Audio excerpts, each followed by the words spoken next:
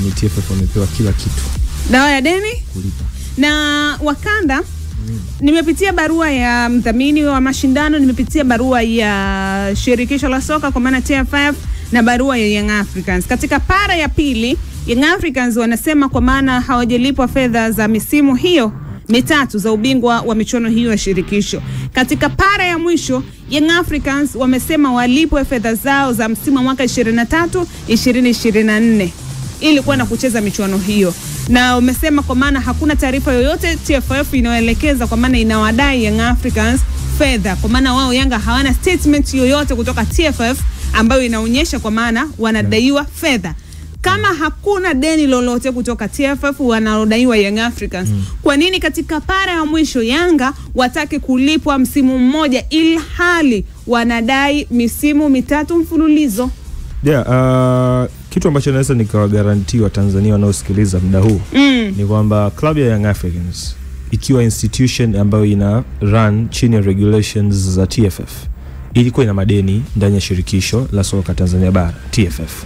Okay. Na katika madeni ambayo klabu ya Yanga walikuwa nayo hapo nyuma kama yalivyoainishwa na TFF, kuna sehemu ilikuwa ni masuala ya vibali vya wachezaji, lakini humo pia kuna baadhi ya fine ambazo klabu hii ilitakiwa iwalipe shirikisho, ambapo sasa jumla ya madeni ambayo shirikisho walikuwa wanadai Young Africans, Yanga kwa mujibu wao wanaamini kwamba hayo madeni waliokuwa wanadaiwa na shirikisho yalikuwa yanatosha kulipwa kwa zile fedha ambazo Yanga alikuwa amezikusanya kwenye michuano mbalimbali ambayo hawakuwahi kupewa na shirikisho hapo kabla.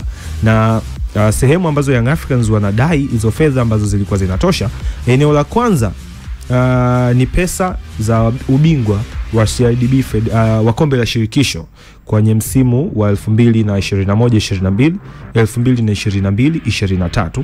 Baada ya hapo kulikuwa kuna mapato ya mlangoni ya mashindano ya CAF Champions League, ambapo thamani ya jumla ya mapato ya mlangoni ya CAF Champions League ilikuwa inafika almost milioni 71. Lakini humo pia udhamini wa timu za vijana na timu za wanawake kwa mujibu wa mkataba ambao ulisainiwa baina ya shirikisho pamoja na mwenye haki ya kurusha matangazo ya Tanzania, ambapo mgao wa Young Africans ni una thamani ya milioni 64. Kwa hiyo Yanga wanaamini hizi pesa ambazo wao walikuwa wadai shirikisho, ambapo kwa summation ya haraka ni milioni 71 pamoja na hiyo fedha ya milioni 69 ambazo ukifanya kwa jumla inakuja takriban milioni 135. Hizi wanaamini ni fedha ambazo zinatosha kabisa kulipa madeni yao yote ndani ya shirikisho. Na ndio maana ukisoma paragraph yao ya mwisho wanaamini kwamba au wanasema kwamba hakukuwa tena na barua nyingine inayotoka shirikisho ikiwaelekeza Yanga kwamba bado wanadaiwa. Na ndio maana Yanga wamebaki kuwa specific kwenye fedha wanaoidai shirikisho, ambayo ni fedha ya ubingwa wa CRDB Federation Cup kwa msimu uliotamatika. Sasa wakati tunafanya build up ya kipindi nilikuwa najaribu kuangalia ule mkataba wa CRDB Federation Cup na kujua ni kiasi gani ambacho Young Africans wanaweza wakawa wanawadai TFF, ama ni kiasi gani ambacho kinaweza kikawa kwenye hiyo demand ya klabu ya Young Africans. Mkataba wa TFF na CRDB Bank kwa ajili ya kombe la shirikisho ni mkataba ambao ulikuwa na thamani ya bilioni 3.7, ambazo hizi bilioni 3.7 zilikuwa ni thamani ya jumla ya mkataba ambao ungeenda kwa muda wa miaka 3.5. Tukumbuke CRDB Bank waliingia kudhamini kombe la shirikisho wakati michuano ya kombe la shirikisho msimu uliopita ikiwa kwenye hatua ya 16 bora.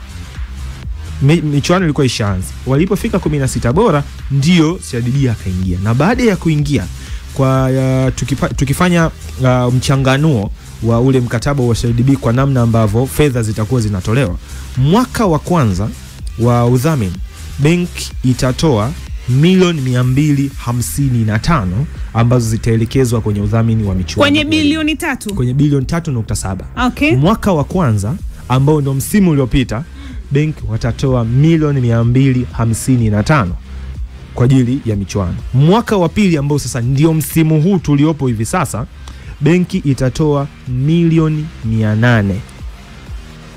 Huu msimu ambao unaelekea kutamatika hivi sasa. Uliobaki finali. Yes, uliobaki mechi ya finali.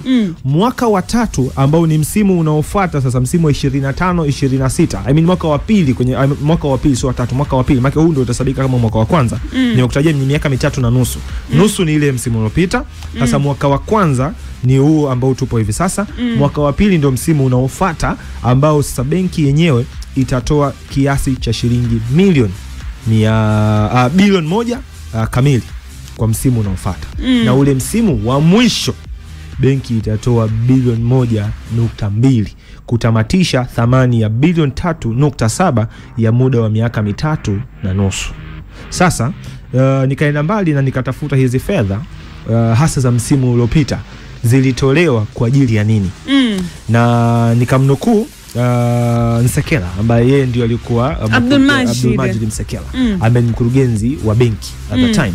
Yeye namnukuu, ndio fedha hizi tutakazozitoa zinajumuisha zawadi ya mshindi wa michuano, yani timu bingwa, mchezaji bora wa kila mechi na mchezaji bora wa mzunguko, goli bora la mechi na goli bora la msimu, pamoja na timu bora ya msimu. Hizi milioni 255 zilikuwa specified zitaenda kutumika kwenye nini na nini. Tukaja nikanafanya assumptions na nikitumia reference ya zawadi ambazo ziliwahi kutoka hapo kabla. Mechi za 16 bora, ina maana zimebaki timu 16 kwenye michuano. Zikibaki timu 16 kwenye michuano, tuna expect kutakuwa kuna mechi 8. Kila mechi itatoa mchezaji mmoja bora wa mechi, ambapo kwenye hizo mechi 8 tutapata wachezaji bora 8. Katika hao wachezaji bora 8, reference ya misimu ya nyuma, mchezaji bora nikafanya approximation kwamba kila mchezaji bora wa mechi apewe milioni 1. Nikagundua kwamba itatoka milioni 8 kwenye hatua ya kwanza kuwalipa wachezaji bora wa mechi. Mzunguko, ambayo ni zawadi ambayo ndo naiona leo ilitajwa kumbe kwenye mkataba, lakini binafsi sijawahi kuona zawadi hii ikitolewa. Sitoiweka kwa sababu sijaona uthibitisho wa ni mchezaji gani amewahi kupewa tuzo wa kusema kwamba wewe ndio mchezaji bora wa Wakanda. Katika zawadi ya mchezaji bora wa mechi usikadilie ndio ukweli ulivyo, anapewa milioni 1. Okay. Baada ya hapo tuje kwenye goli bora la mechi. Binafsi sijawahi kuiona tuzo ya goli bora la mechi. Na kama kuna mtu ashaiona tuzo ya goli bora la mechi anaweza akaniambia hapa, kama kwenye CRDB Bank Federation washaona tuzo ya goli bora la mechi. Kwa hiyo hii pia tutaiweka pembeni. Tutatoka hapo tutakuja kuliongelea mechi bora ya msimu, ambapo hii tuzo haikutoka mwaka jana. Mechi bora ya msimu tuzo haikutoka, pamoja na timu bora ya msimu. Timu bora ya msimu tuna expect yule bingwa ndo atapewa zawadi ya timu bora ya msimu.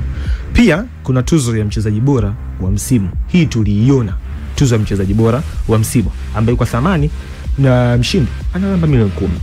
Kwa hiyo tukaja kufanya assumption ya kawaida, nikaja kugundua kwamba kwenye milioni 255 kwa mujibu wa vielelezo vilivyowekwa, milioni 255 itagawanywa kwenye engo ifuatayo. Atapewa mshindi wa kombe ambaye ndio bingwa, itapewa timu bora ya michuano ambayo tuna expect ndio atakuwa huyo bingwa. Baada ya hapo atapewa mchezaji bora wa michuano, na baada ya hapo atapewa mchezaji bora wa mechi kwenye kuanzia hatua 16 bora mpaka ule mchezo wa finali, ambapo kama mechi za 16 bora zipo 8, tuna expect mechi za robo finali ziwe 4. Tuna expect mechi za nusu finali ziwe 2, ambapo hapo tunakuja kupiga mechi 14 pamoja na mechi ya finali ni mechi ya 15. Kwa hiyo tuna expect milioni 15 zitatoka kwenye tuzo ya mchezaji bora wa mechi kuanzia hatua 16 bora mpaka ile mechi ya finali, ambapo sasa kwenye milioni 255 tutatoa milioni 15, tutatoa zawadi ya mchezaji bora wa msimu, tutatoa zawadi ya timu bora ya msimu, tutatoa na zawadi nyingine yote ambao wao watajisikia. Tutakuja kugundua kwamba kutakuwa kuna pesa zaidi ya milioni 200 ambayo inabaki, ambayo hapa nikutajia hajapewa bado bingwa wa michuano. Na katika uendeshaji, klabu ambazo zinashiriki hazina mgao katika fedha hizo. Hizi fedha hazikuspecify wanaoshiriki wapewe fedha kwa msimu uliopita. Okay. Kwa msimu huu obviously kutakuwa kuna regulations mpya ambazo zina run katika msimu husika, kwa sababu msimu uliopita walianzia tu ya 16 bora. Tunarudi kuongelea zile pesa ambazo ndio ziko hanging. Sasa nikaenda mbali na nikajaribu kutafuta sources kutoka ndani ya klabu ya Yanga. Ndiyo. Na yeye alinijibu very straight, akaniambia pesa ambayo wao wanaidai bodi ya ligi haina figa rasmi. Sio bodi ya ligi, TFF. Pesa ambayo Yanga wanaidai TFF haina figa rasmi kwamba tunawadai kiasi fulani kama fedha rasmi. Hapana. Young Africans wao wakafanya approximation kwamba baada ya calculations za kila kitu kuna milioni 200 ambayo inabaki. Baada walipiga summation ya zile tuzo zote zilizotolewa mwaka jana, wakapiga summation pamoja na zile tuzo za mchezaji bora, wakagundua inabaki milioni 200. Halafu kwenye hii milioni 200 kuna mtu anaitwa bingwa wa michuano. Huyu zawadi yake haikuwa specified, lakini kwenye ule mtiririko wa hii pesa inatakiwa kwenda wapi, kuna huyo bingwa wa msimu ambaye naye anatakiwa apewe pesa. Kwa hiyo sasa, kwa sababu hamna mtu mwingine anayetakiwa kugawanyiwa hiyo milioni 200 iliyobaki, na mtu ambaye hakupokea pesa ni huyu bingwa wa msimu, kwa Yanga wanawaambia TFF kuna milioni 200 iko hanging. Hiyo ni pesa ambayo anatakiwa kupewa bingwa wa msimu. Hiyo pesa Yanga ndo naamini hajapewa hiyo pesa. Na ukirudi kwenye reference ambazo nimekutajia hapa, leo wameainisha pesa ambazo hawakuwahi kupewa na TFF hapo nyuma, na ndio maana wanasema hizo pesa ambazo TFF wao Yanga wanaamini wanawadai ni hizi za sasa hivi, na hizi fedha za sasa hivi ambazo TFF wanatakiwa kuwalipa hawajawahi kuambia Yanga kwamba tunawadai fedha fulani, na ndio maana tumehold hizi pesa za bingwa wa msimu huu hatujawapa. Kwa hiyo TFF kesho wamewaambia Young Africans waende wakarectify, na kwa sababu hakujawahi kuwa na sehemu yoyote ambayo TFF wamekiri kwamba bingwa wa msimu atapokea shilingi ngapi, nimejaribu kutafuta hizi taarifa within matches mbalimbali, lakini hamna detail hata moja inayokuambia bingwa wa CRDB Federation Cup atapata pesa gani. Tupache hapo kwanza. Nsajigwa Wakanda amejibia kwa nini Yanga wadai fedha za msimu huu ilhali kwa maana hawakulipwa misimu mitatu, wapewe fedha za msimu uliopita ilhali hawakulipwa fedha za ubingwa za misimu mitatu mtawaliwa. Lakini tuende kwa TFF kwa kile ambacho wamekizungumza. Wamesema fedha ambazo zilikuwa kule, fedha za Yanga za ubingwa, walitakiwa kukatwa madeni yao ambayo yapo pale, na miongoni mwa madeni hayo ni ada za usajili wa wachezaji, sio ada ya usajili kwa maana vibali vya wachezaji wa kigeni ambao kibali kimoja ni milioni 8 za wachezaji wa kigeni ambao Yanga wanawamiliki. Na tukitazama hizi fedha ni kwa msimu wa mwaka 2023-2024. Huu ni mwaka 2024-2025. Bingwa anatakiwa kupewa zawadi zake mwishoni, kwa maana atakapochukua ubingwa mwishoni mwa msimu kutamatika. Usajili dirisha la usajili linafunguliwa miezi miwili baadaye. Inakuwaje fedha hizi zije kutumika huku ilhali bingwa hakulipo wakati huo? Ama Yanga wenyewe walisema msitugezi, acheni huko fedha zikae. Inakuwaje yani kipindi cha miezi miwili bingwa hapewi fedha zake hadi dirisha la usajili linakwenda kufunguliwa, anasema zitumieni huko katika kulipia vibali vya wachezaji? Ukisoma barua ya TFF imeeleza pale kwamba wana uthibitisho wa barua kutoka Yanga. Okay. Ikidai kwamba pesa zao za zawadi mbalimbali zihamishiwe kwenye madeni ambao wao wanatakiwa kuwalipa TFF, ikiwemo hiyo ada ya wachezaji. Na hiyo issue hata kwenye barua ya Yanga kuna sema hapo Yanga wamekanusha kwamba hawajawahi kuandika barua kwamba hizo pesa zao zihamishiwe kwenye madeni ambao wanadaiwa na TFF. Nadhani ukirudia hiyo barua ya Yanga hautaona hiyo sehemu kwamba Yanga wamekataa kwamba tuje kuandikia TFF kwamba hizo ya zetu mzikatwe huko. Nadhani ukipitia hapo unaweza kaona. Kwa hiyo inakuonyesha kwamba kuna hiyo barua ambayo iliandikwa na ambao TFF wamekiri kwamba na uthibitisho huo wa kimaandishi upo. Maana yake kama aliandika hivyo ndio maana hiyo hela kuweza kupewa kwa nakatwa. TFF imesema ilipokea barua kutoka kwa Yanga. Yanga wao wakasema klabu ya Young Africans haijawahi kupokea taarifa yoyote rasmi kutoka TFF kuhusu klabu yetu kuwa na deni kwao. Issue sio madeni. Issue ni hiyo barua ya ambao TFF wameisema kwamba waliandikiwa wao kwa zile fedha ambazo wanataka kuzilipa kwa TFF. Singine tukafanya hii issue ya leseni sio madeni, kwa sababu unakuwa bado hujamsajili wewe mchezaji. Ukishamsajili unamwambia leseni pale unatakiwa umlipie. Kwa au sio madeni. Ila ukishafanya usajili inabidi umlipie. Hiyo kwenye barua ya Yanga ningepata wasiwasi endapo wangekanusha kwamba sisi hatujawahi kuandika barua kwenda TFF ikitaka kwamba zile hela zetu za zawadi zikatwe, lakini hamna sema mambo Yanga wamekanusha. Kwa hiyo inaonyesha kwamba kweli Yanga washawahi kuandika barua ya kwenda huko, na TFF wamesema kabisa wapo nao na wanaweza kuithibitisha. Sasa issue ambayo naiona hapo, inawezekana tukatumia muda mrefu sana kuzichambua hizo barua na tusifike mwafaka. Nadhani kwenye ile paragraph ya pili kutoka mwishoni ya TFF ambao amemuita mtu wa mahesabu wa Young Africans aende kesho kwenye ofisi za TFF, inawezekana kuna tukapata majibu sahihi, kwa sababu kiangalia push ambayo ipo ni issue ya mahesabu na issue pia taarifa na hela ambazo zipo katikati. Kwa hiyo kupata mwafaka hilo jambo, kuzichambua tu hizo barua, kwa mimi sioni kama kuna majibu kama unaweza kupata. Okay. Ila baada ya kesho huyo mtu wa mahesabu wa Yanga kuenda, inawezekana tukapata kitu kingine kipya. Sawa, baada ya kesho mtu wa Young Africans wa mahesabu atakapoenda pale TFF, huenda tukapata kitu kingine kipya. Ni kwa mujibu wa Nsajigo Senior. Imani tuone tukatazame. Ni sahihi kwa shirikisho la soka Tanzania na klabu ambayo inashiriki ama klabu yenye hadhi kama Young Africans kutupiana maneno kwa namna hii ambavyo wanatupiana? Si kwa upande wangu naona kama ni movie ya TFF pamoja na Young Africans. Ni movie. Ni kama movie kwa sababu mpaka sasa hivi ukitizama namna inavyoenda, kila mmoja anamrushia mpira mwenzake. Kwa mimi kila mtu anaamini kwenye ngwai kwamba yuko sahihi. Young Africans anaamini na deni mpaka sasa hivi, TFF naye anaamini kwamba anamdai Young Africans. Kwa barua zile mbili ukizisoma, kila mmoja anajitetea kwa upande wake. So to mimi mpaka sasa hivi naona ni kwamba kwa taarifa ilivyotoka kwa TFF ni kwamba mpaka kesho tutapata majibu baada ya kukutana kwenye kikao chao, si ndio? Lakini kwa namna ambavyo Young Africans ameweza kutatua tatizo mpaka sasa hivi, kwa asilimia kubwa namuona kama yeye ana advantage kubwa tu kwa anatuaminisha yani kwamba yeye adai chochote na anasema kwamba ana taarifa yoyote. Ndio maana sasa hivi ukinyambia kwa haraka haraka tangekuwa nimelala ukanyamsha nani apewe, lakini nikwambia Young Africans apewe laki, kwa sababu kwa namna ambavyo kwa TFF ni kwamba barua yao Young Africans walivyokuja kujibu ni kwamba wana taarifa yoyote na wanaamini madeni yao wote walisha clear na wakupata taarifa kwamba wanadaiwa. So mimi naamini kwamba hili swala la poenda kwenye engo yangu kwenye football yetu inaweza labda inatia doa sana, kwa sababu performance ya ligi ukitizama ni ligi ambayo inaonekana tumeweza kupata wachezaji wenye quality ambao ni international player.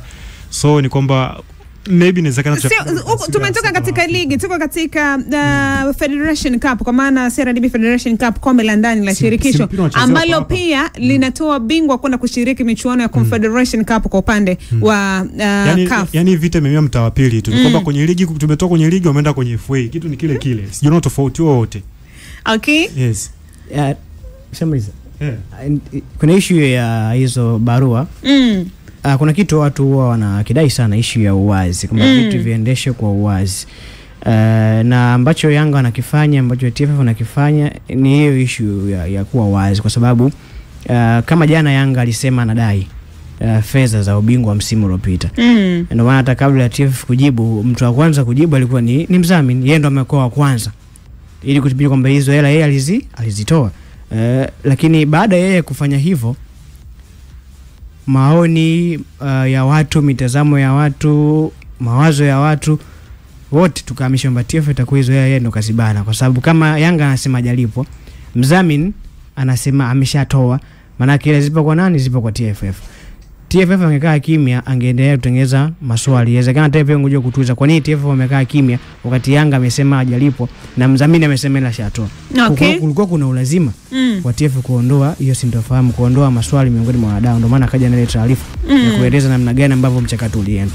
Ndio maana tulipofikia hapa ni sehemu moja tu ambayo tunachanganya kwenye hao wamehesabu tu, lakini kila mtu sasa anajua kwamba hela ilitoka kwa mdhamini, hela ilifika kwa mashindano ambayo ni TFF, hela ipo kwa TFF, na TFF anasema huyu aliagiza kwamba ile hela iendelee kukatwa kwenye ile madeni au zile hela ambazo zinapaswa kuzilipa kwa TFF. Kwa issue ambayo ipo hapo ni kwamba ingetokea hao wote wamekaa kimya, yani Yanga yupo kimya, TFF yupo kimya, pia mdhamini wa ligi yupo kimya, maswali yangekuwa mengi kuliko ambayo hapo. Yanga angekaa kimya, kusingekuwa na hiki ambacho kilichopo, yani kwa sababu jana yeye ndio alilizua la kulizua. Tupo kwenye barua za leo, kwa sababu tupo kwenye barua za leo. Barua za leo ambazo jibiza, so issue jana tena hizi barua za leo. Yani kwa mfano Yanga sisema jana hajalipwa, mdhamini amesema hela ametoa, TFF akaja akasema kwamba Yanga yeye alisema zile hela zikatwe kwenye zile fedha ambazo anatakiwa zilipo kwa TFF.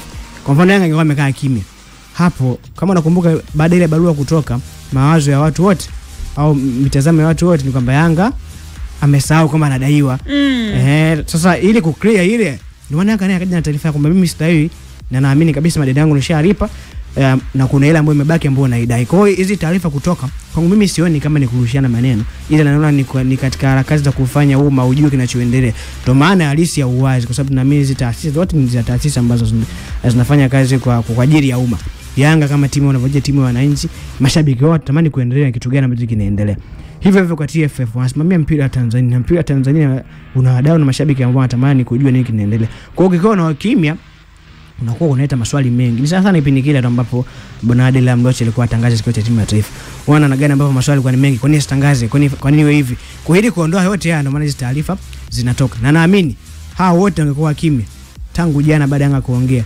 Maswali yako mengi ni kwa nini mdhamini amekaa kimya? Kwa nini TFF amekaa kimya? Lakini kwa sababu wao wamesema ndio maana maswali yamepungua hivi sasa. Kwa nini mimi naamini tu ni issue ya uwazi, tuna mambo kuyaweka ili endelee kuyaweka zaidi.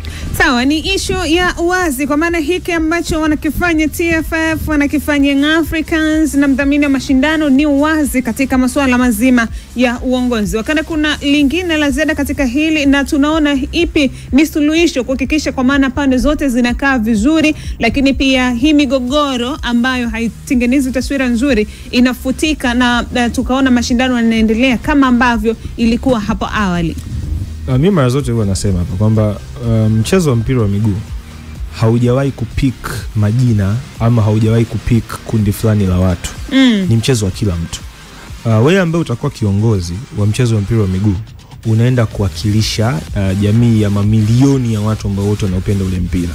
Kitu pekee ambacho huwa kinatuleta huku, kitu ambacho nimekinotice mara kwa mara, ni namna ya kuhandle vitu kufikia public. Kuna kitu mwingine sasa juga uwazi. Uwazi ambao mimi naweza nikawa naweka hapa. Leo wakati natafuta hizi taarifa za mchanganuo tu wa hizo fedha za mdhamini zinatoka vipi, zinaingia vipi, zinatumika vipi, kuna vitu vingi sana ambavyo nimenotice. Nilikuwa nawapa hapa mifano.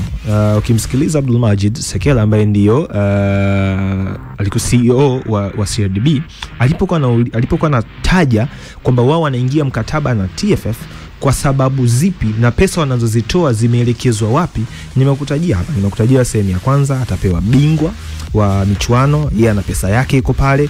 Atakuja hapo atapewa mchezaji bora wa michuano, yeye hapo na pesa yake. Atakuja hapo atapewa mchezaji bora wa kila mechi ambayo itakuwepo. Kutakuwa kuna mchezaji bora wa kila mzunguko, yani ile hatua ya kwanza kama mchezaji bora yupo, hatua ya pili mpaka tutakapofika finali kutakuwa kuna goli bora la kila mechi.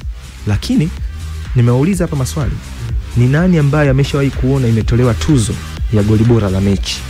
Ni nani ameshawahi kuona imetolewa tuzo ya mchezaji bora wa mzunguko?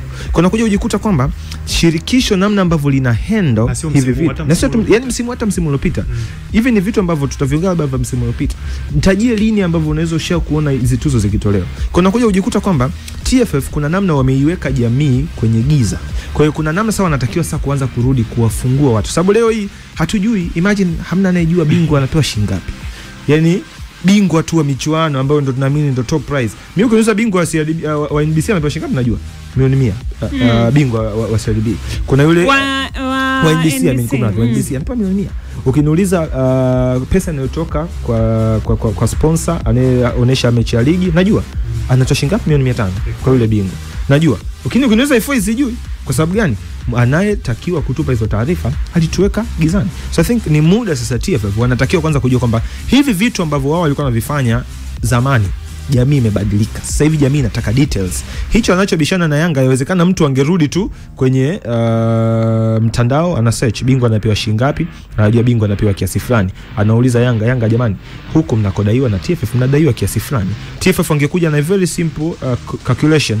Yanga anatakiwa kupewa milioni 50, anatakiwa kupewa milioni 100, anatakiwa kupewa milioni 200, anatakiwa kupewa milioni 300. Baada ya hapo Yanga alikuwa anadaiwa kiasi fulani, amekatwa hicho kiasi, pesa anayodaiwa ni kiasi fulani ama pesa anayodai ni kiasi fulani. Na uzuri wamesema wanawadai sasa Young Africans kwa specific kwamba huyu mtu ambaye amesema sisi tunamdai, sisi yeye anatudai, huyu mtu sisi tunamdai kiasi 1 2 3. Very simple. Kwa I think ni muda sasa tuanze kuhandle taarifa, sio kama tunaongoza taasisi binafsi.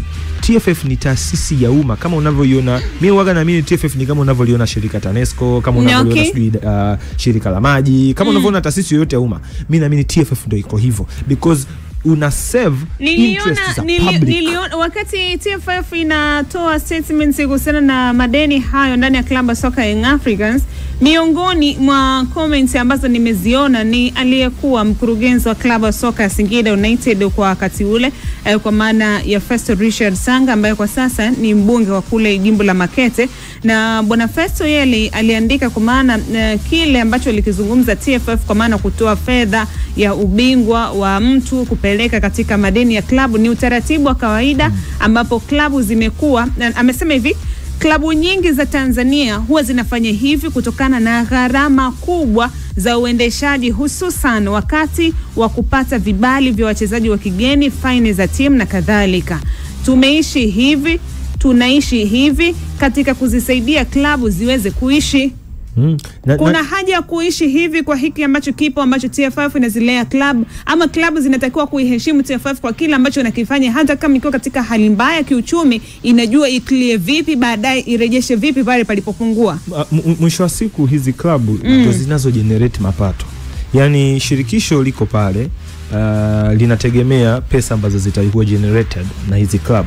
Na ndio maana ukiuliza vyanzo vya mapato vya shirikisho, moja kati ya chanzo cha mapato cha shirikisho ni fine.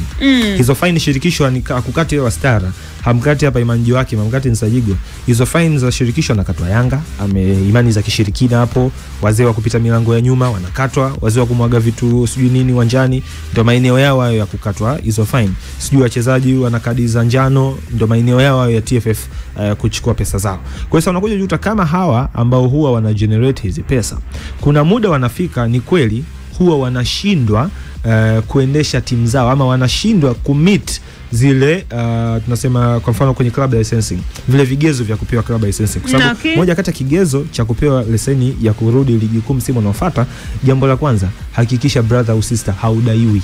Yani kama unadaiwa, wewe msimu ujao ucheze ligi. Kwa hiyo TFF kuna namna huwa sasa wanaangalia ni namna gani ambavyo wewe utarudi msimu unaofuata. Wanakuja kukumbuka kwamba Wastara ulicheza mechi na KMC, ulicheza mechi bwana na timu Nsajigwa, ulicheza mechi na timu ya Imani. Kwa hiyo wanaangalia kwenye database yao, wanakuja kugundua kwamba Wastara kwenye mgao dhidi ya KMC ulitakiwa kupewa labda milioni 100.